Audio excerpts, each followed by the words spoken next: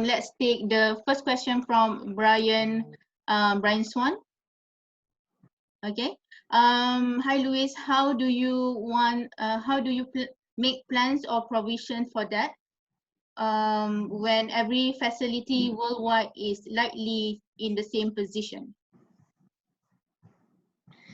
Well, hello, Brian. This is a good point, but I will give you one very clear example. For example, some of the parts that are supplied are stored in Singapore. We have agreement with quite a few suppliers that are having their warehouse in Singapore. Singapore for PTP and Johor Port are 5 kilometers, 10 kilometers, but it's across the border, and now the border is closed. And this is something that we have never experienced or even thought before. So we need to do a balance. And together with this, I want to answer some other question where they were asking if there will be a complete change. There will not be a complete change in the way that we are operating, but there must be some change. We need to look for a balance for some issues that we have never considered. We have never considered as a risk not having the cross-border, the border to Singapore closed. So we will need to do a balance and maybe keep some more parts inside our ports. We need to create a space and have a little bit of more parts inside our port. We have 5 ports, so we can create some space along them. Once this COVID is finalized and the movement control order is raised, I think everybody will be jumping to try to solve all the problems that have happened during this time. And answering also another question that is related, there are 2 other questions related to cost. We are having weekly meetings talking about this, and there is something very clear. We are not going to sacrifice the OPEX. We are not going to sacrifice the operational cost because we still need to keep giving the services to our customers that are the shipping lines. So all the variables that we are handling is to postpone the CapEx. So all the new projects, all the new equipment, all the maybe, I don't know if automation or new developments, we will need to move them back later. When the volume is back, or maybe the volume is back very soon, they will happen soon, but we will not sacrifice the OPEX. All the operational job need to be done, and even if our final profit is reduced or we go beyond our budget, the service of the equipment need to be at a very good level so that port can keep operating in a good way. It will be tough. There will not be big changes, but there will be some changes. There will be some changes because it's a risk that has appeared and we have never considered and may happen again anytime. Okay, all right. Any other input from anybody else? Any other speakers? But Danny is not there right now.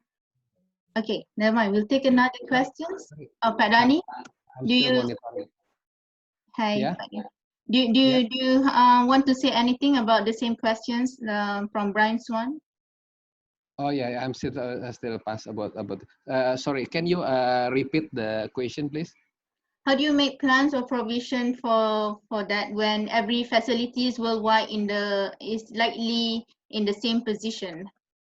But it's actually a question for Luis. But if you have any insight that you would like to say. I think I agree with the previous speaker. So far, it's enough for me. Okay, all right. Right, we take another question from Mark Asaf. There is a lot of adjustment being made to the supply chain for now. Do you think that when the virus will be defeated, it will change completely the way we do it? All things will get back just in time and global procurement as usual. Anyone? Yeah, I have mentioned something about this, that there will not be a complete change. Things we're not going to put it upside down, but there must be some changes because maybe this was something that happened once in a while, but maybe it will happen again. And on top of this, if we are seeing if this situation is extended much longer, until now, from the technical point of view in our ports, we have been able to fulfill with our service level agreement with operations. So it means that operation is not suffering. But 3-4 more weeks, we probably will not be able to fulfill this. So this is a big risk, and for the future, we will need to take some measurements. As I mentioned before, from our side, the main problem has been parts and services. Not the access to equipment is still as usual. The transport of the people is still as usual. The attendance of the manpower is still as usual. So the main thing is in the supply chain for services and for parts. So we will need to take some corrective action that will not completely change, but we need to have some new way of working. Okay. All right. I would say that the new working, like Luis said, there is going to be some changes, and I believe a lot of people will start looking at, can some of these done remotely? How can and also possibly the fact, some of the notions that said that some of these folks have to be local on-prem could change to say, can we get this expert remotely, right? So remote planning, in this case, or remote ops and stuff like that, where you could leverage from different countries even to help you out and stuff like that. So the thinking will change, but I think it will be gradual. It will be measured. And for example, automation, a question was asked about automation. I believe that there will be a lot more interest in automating a lot of these equipments. However, it will be dictated based on the financials. But as people just look at long-term and see how to, if anything can be done based on what we have seen in the crisis, then people will start investing in some of the automated equipments and see how the operations can continue. So it will all come, but I think it's everyone, if I may say so, is waiting to see when we get clear out of this particular situation that we are in, and know what the impact is and make the decisions appropriately. Okay. Anton, do you have anything to say? That we found that this outbreach would help management of ports to invest more in automatization. Therefore, we assigned a special analytic team inside Solva to study cases we came across during COVID, and what we can develop in our software products in order to provide more remote services, in order to for more terminal staff would be work remotely or remotely partly. These cases are being studied inside Solva very precisely, and we are going to develop some more functionality and models in order to fulfill this task. Okay. Right. Maybe Rosita, can I speak? Yes, please. Okay, I think in our case, of course, the base of remote culture will impact to our behavior in the next future. Of course, in case of our case, especially in the providing equipment parts for other, we will expanded our what we call integration inventory and procurement as well for our ports. Since we are state-owned company, maybe hopefully it's more easier to integrate the database. Therefore, in case like this, we can easily change each other and to minimize the inventory and faster to provide if there is something happen. Of course, there is also changing in the how we use implementation of the equipment monitoring system for crane, for example, for ship and others. I think we will give more intention about that and how to implement it in this one as soon as possible. The third things that we have to thinking about the substitute of our parts of our product. For example, out of port activities, for example, most of our drugs and, for example, textile mostly come from China and India. When China and India are locking down, many industry in Indonesia completely stop, because mostly our raw material come from India and China, for example. This is the thing that we have to thinking about a substitute of from internal our country itself to develop our alternative if the case like this happen again in the future. Thank you. Thank you.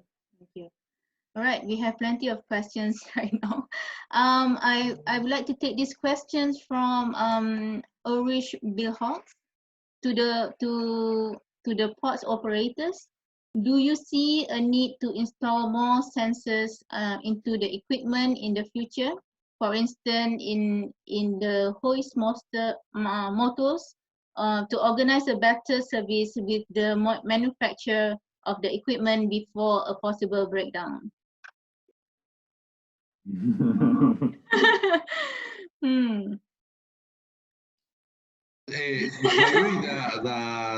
I think that yes, because you know, we are very based on preventive maintenance. We have been trying to move on to predictive maintenance, but we are quite far behind. So I think that this is giving maybe us a lesson that having this predictive maintenance will help us to plan, at least for the next 3, 4, 5 months. The planning between the predictive and the preventive maintenance will not increase the planning in a very huge percentage, but maybe 10–15% more of planning with this predictive maintenance may come. So I think that yes, the way of evaluating these new sensors or new ways of new technologies to implement into our equipment will give us a different ROI calculation after this COVID-19. Okay. Yeah. What do you think, Pak Dhani? Yeah. In case of our case, since we our ports in 12 ports in 10 provinces, and the number of expertise technician is very limited, we propose to have like more sensors to equipment and expanding our equipment monitoring system. So in case we can see from remotely what's problem appear when the crane breakdown, for example. However, we can use also what we call a remote checking command if the local technician can just checking by remotely by our guidance in the head office. But firstly, we have to know where exactly the problems appear. I think this is in our case. Thank you. Actually, I would like to add that some of our the structure we recommend, a technical structure we recommend for our customers is providing very high level of defense. But despite of that, during this outbreak, we had a couple of issues when one server, one of 2 or one of 3 server or terminal server where software is installed was broken, and we remotely carry on works in order to transfer the database or software itself and stand up the server and software. So we successfully carried out these works and database. Mostly we recommend to our customers to use at least 2 server configuration and to store the database in cloud or use safe storages in order not to lose the database or the operational server. So these recommendations would help us, would help our customers and all the others to not to lose the data and not to lose the time for breaking. And so that's all. Preventive measures are also very useful, but breaks sometimes cannot be eliminated. Okay. All right. Okay, our next questions to all from Fauzi. May I know about the current impact of the pandemic on construction and engineering projects? Who like speakers? I guess it's almost, yeah, Luis? Yeah, well, all the jobs that have been, all the projects are affected, not only construction and also all the other technical projects that have been ongoing are affected. Some of them have been stopped. I will give you one simple example. We have received some new RTGs from a supplier, but the people who has to come to do the commissioning cannot fly, because the border is closed in Malaysia. So the RTGs are there sitting, they look very nice, but no commissioning can be done. So we are doing some upgrade jobs and some engineering upgrade jobs in one of our wharves, but the job have been stopped because not all the people who were participating have been approved by the government to go inside the port. So even though that, at least in Malaysia, the port is considered one of the main key activities that can continue, but not all of our suppliers and subcontractors may come and may cross through the blockade done by the police. So all the projects are delayed or stopped. Yeah. May I? Yes. Yeah. I think there is at least two item can impact of the this pandemic. Of course, as mentioned before by Luis, the delay of the construction. The second thing that I think, if the supply chain is not smoothly delivered, for example, between a place like in Indonesia, many islands, I think the impact of the price, I think the contractor probably potentially will asking for some additional adjustment for some case, maybe in the local content or even in the import from other countries, for example. Thank you. Okay, we have more questions. I will take a few more questions before we end this. I hope the speaker has time. All right, another question from the last, okay, this one. Mr. Kanto and Mr. Danny Rosli, I'm Izuddin Adita. First of all, I'd like to say great thanks for sharing. Each of you have a strategy on operating the port during COVID-19. We know that COVID-19 has appeared in the end of 2019, let's say 5 months. My question is, number one, how to adapt in this condition in port performance before and after COVID-19? And the second question is, how effective your strategy that you have shown in the presentation into port operations during COVID-19? Okay, so Mr. let me start if you're okay. Okay, how to adapt? I think we regarding operation, as I have said, I think at all the posts is almost the same. We have a service level agreement where every day we need to deliver a certain number of equipment for operations. They have to be released. Until now, because of a combination between the excess equipment that we have and the small lower in the volume, we have been able to deliver this equipment.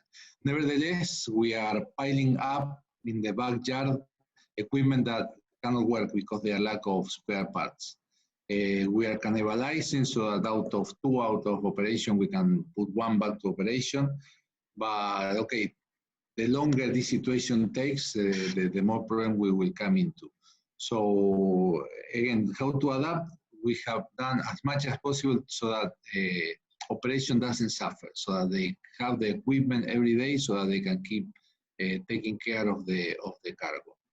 Regarding the second question about the strategy, that, of course, that the strategy that we have designed for maintenance and spare parts and CapEx and OpEx, this situation came unexpectedly and it caught us by surprise. So we have had no time to react. We never expected that the border, for example, with Singapore was going to be closed. We never expected that the air freight was going to be stopped. So we really failed because we never expected a situation like this. But okay, also on the other side has no precedence. So our strategy will need to change, and we will need to look into risk and to maybe other risks that have not happened and may disrupt the operation of the port. So we will need to do a lot of studies and strategy, maybe not only ourselves, maybe including our suppliers, maybe including our competitors. We all need to sit down and see how we can overtake a similar situation like this. Yeah. Okay. In our case, our domestic cargo so far in our in 12 our ports average around 4 to 5% decreasing, and export and import about around decreasing around 7 to 10% in the last 3 months. Yeah, of course, we want to make sure that the availability of our equipment is more than 92 or 94%. Of course, thanks to technology, that the problem can be eased so far by remote checking command. The problem in our case is how to deploy our expert to the other area, because if we send our expert, the local government will lock them down around 14 days. So the response is very slow if this happens. So far, we're still using our local technician to perform any trouble by remote checking command, because the facility is by streaming PONAS is can be done. The problem how to send to provide the inventory. So far, as like Pak Luis mentioned about some of part, if the local is available, we can cannibal each other. But in our we can do also rent from other ports. In our case, we checking database, and we send from other one port to another port. Of course, the effectiveness strategy can be seen if the performance of or the availability as a state in our standard. So far, we can still fulfill our performance as a standard, as mentioned in the regulation. Thanks. Thank you. Another question, probably for Anton. Do you think that distant monitoring is good enough to solve problems? Yes, from Rezen, Chandra, Salah. Taking my reply. So, okay, I think that we should use both monitoring and regular meeting, as we do with our customers. So we organize, we not only monitor the system workflow by using our internal metrics, but also we organize regular meetings or webinars with the representative of our customers in order to discuss their obstacles and how we together can solve them. In order to do that, we assigned for our every customer service analytics is a person who deeply in touch with the terminal processes. He knows how the system works at every terminal of our customer, and he helps. And by taking part in this webinar, this regular webinars, he helps them to solve these obstacles and or even to reconstruct the business processes, how they are implemented in the system. Because Solva has a lot of tiny adjustments that helps our customers to change their business processes without changing release. This is a very important, and by these measures, we try to support our customers as much as we can. Okay. A question to all speakers. Almost every day, actually. Okay. I would like also to underline that from the customer side, it should a technical and technical personnel should be assigned to take part in these conferences, and this collaboration have a really good effect, as I can see. Right. Again, another question from Drewy. Lexticia Estudillo. I think. Excuse me. Shall I? Shall I reply my answer by typing it or No, not? it's okay. I already replied as live answer. Oh, if you can, Okay. if you would like to answer it by typing, is okay as well. No problem. You can just do it at the okay. Now, questions for all speakers. I think Lex have answered this question from Drewy. Questions, sorry, how are you thinking about automation and whether COVID-19 has expedited or delayed their thinking about automations? Lex, would you like to elaborate on your answer on Drewy's, your mute. Couldn't hear you, Lex.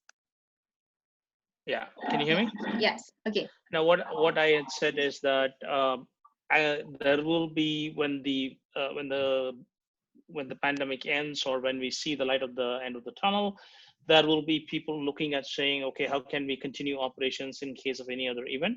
And some of these is to automate. So, for example, RTG automation or terminal truck automation. There's a, with driverless trucks now taking place, a lot of people will start thinking about it. But as Louis said, it all depends on first taking care of the OPEX, getting to a scenario wherein your OPEX is running very well, and then there'll be a CAPEX investment that will happen. So automation will be there, I think, but it will probably possibly a little bit delayed, but that is the way to go. Okay. Any other insight answer from other speaker, Louis or Pak Danny?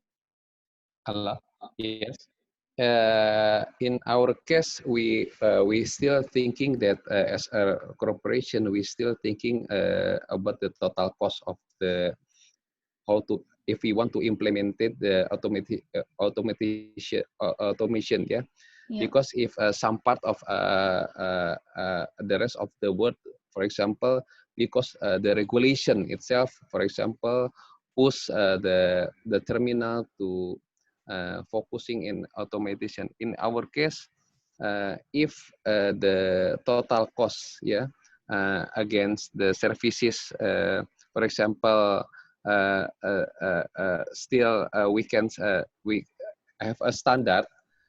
So far, we do not fully automation, but maybe a partial automation to do the automation. Because we're still thinking about the CAPEX and OPEX in this case. And also, as you see, for example, in Indonesia, the labor cost still not too high, for example. So the OPEX maybe will be considered as a main part of the execution, as long as the standard operation can fulfill the customer requirement. Okay, thank you. Luis or? Yes, I agree. Yeah. It will be a little bit of a balance.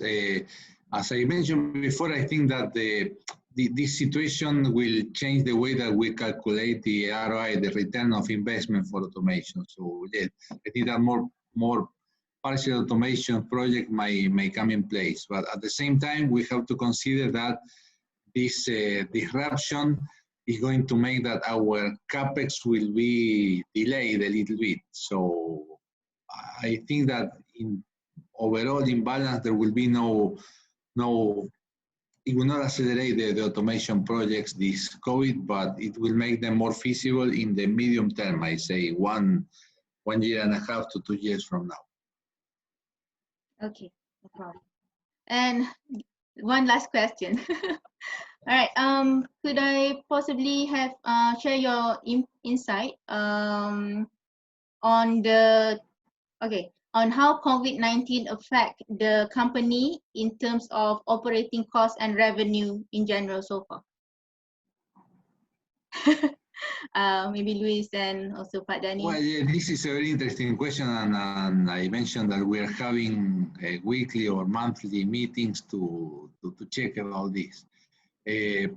Luckily, until now, the panorama looks good because the volume has come down, but not drastically. Of course, that has come down, and everybody was expecting growth for this year. So our revenue is lower, but also our operational cost is lower because by not having spare parts or by having a little bit less of volume, we have had to cut most of the overtime.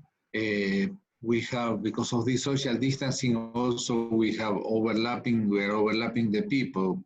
In some point, we are working 1 day yes, 1 day no. So our total cost, it looks in the first quarter, it looks okay. We have spent lower than our budget. Mm-hmm. But later, when this thing comes, a big volume of expenditure will come. I think that most of the part, as I mentioned before, we will not sacrifice the level of servicing that we have for our customers. We cannot make the chips be delayed. We cannot make them suffer. If this year we have to have a lower profit, so be it. But we will never sacrifice the services that we are giving.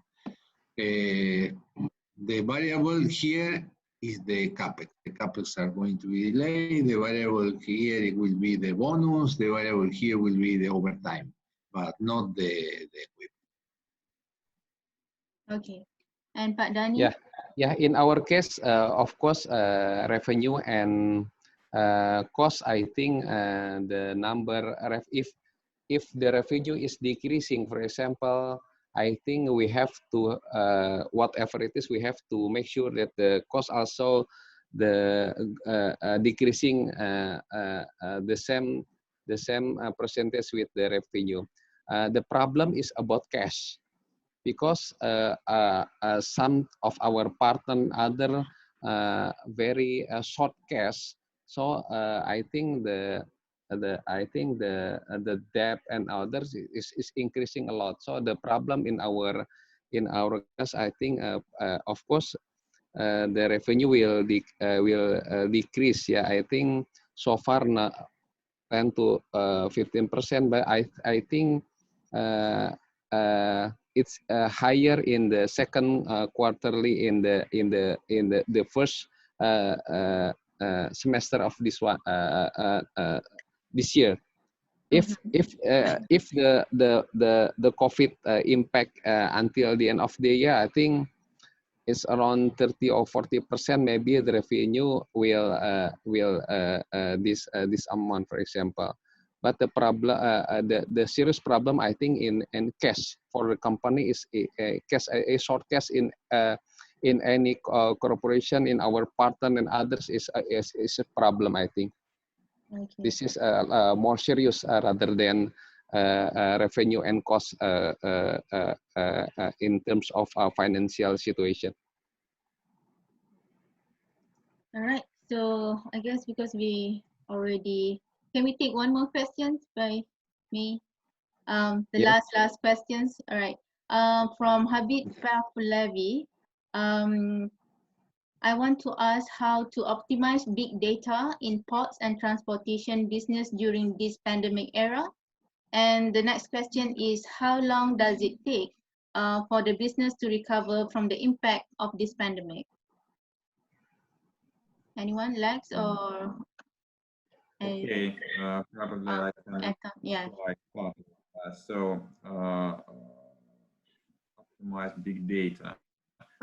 It depends actually on the your strategy of saving your data. So I understand the database port could be very large sometimes, but if you apply politics to share your storage on the long-term storage and short-term storage, for example, short-term storage could be database for a month.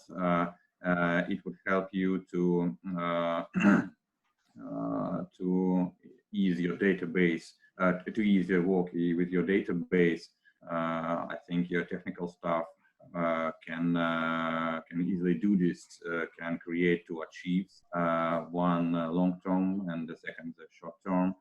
And in case you use to apply to your long term storage, you can easily do it, but it being stored separately without and every request you do to your database in this case would be proceeded quicker. So this is our main advice, and this is what we are doing for our every customer. So Rosita, if I can add to it.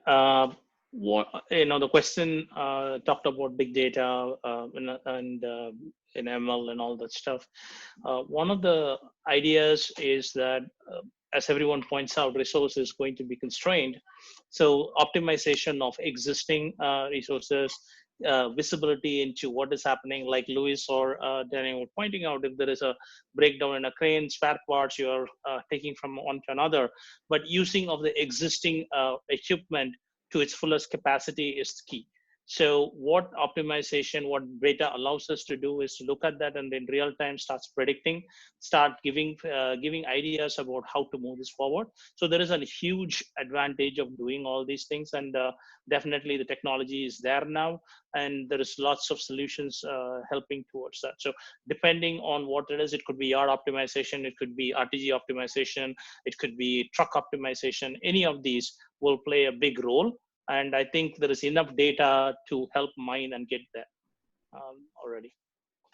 Okay. I think yes, we will have to stop here. Okay. All right. So I would like to take this opportunity to thank our distinguished panelists, Mr. Luis, Pak Dani, Anton, and also Lex. Thank you for supporting us this time, and thank you for preparing the materials in advance. The presentation that given today will be emailing to all registered attendees on Monday. Thank you also viewers for your attendance. We hope that this webinar has been helpful and insightful. Please join us next week on Thursday, the 30th of April at 5 p.m. Hong Kong time for the third transport event webinar entitled Global Port CEOs Forum, featuring the CEO from 4 world-class ports. This is a must-attend event, so please register at your earliest convenience. Please, may I ask you to follow us at Transport Events on LinkedIn and visit our website at transportevents.com for our latest information on our market-leading events and webinars. And you may also contact me at rosita@transportevents.com for any further assistance. That ROSITA@transportevents.com. Again, thank you panelists, thank you attendees. Thank you. Goodbye for now, and we'll see you again next week on Thursday, 30th at 5 p.m. Thank you. Bye-bye. Thank you. Bye. Thank you. Bye.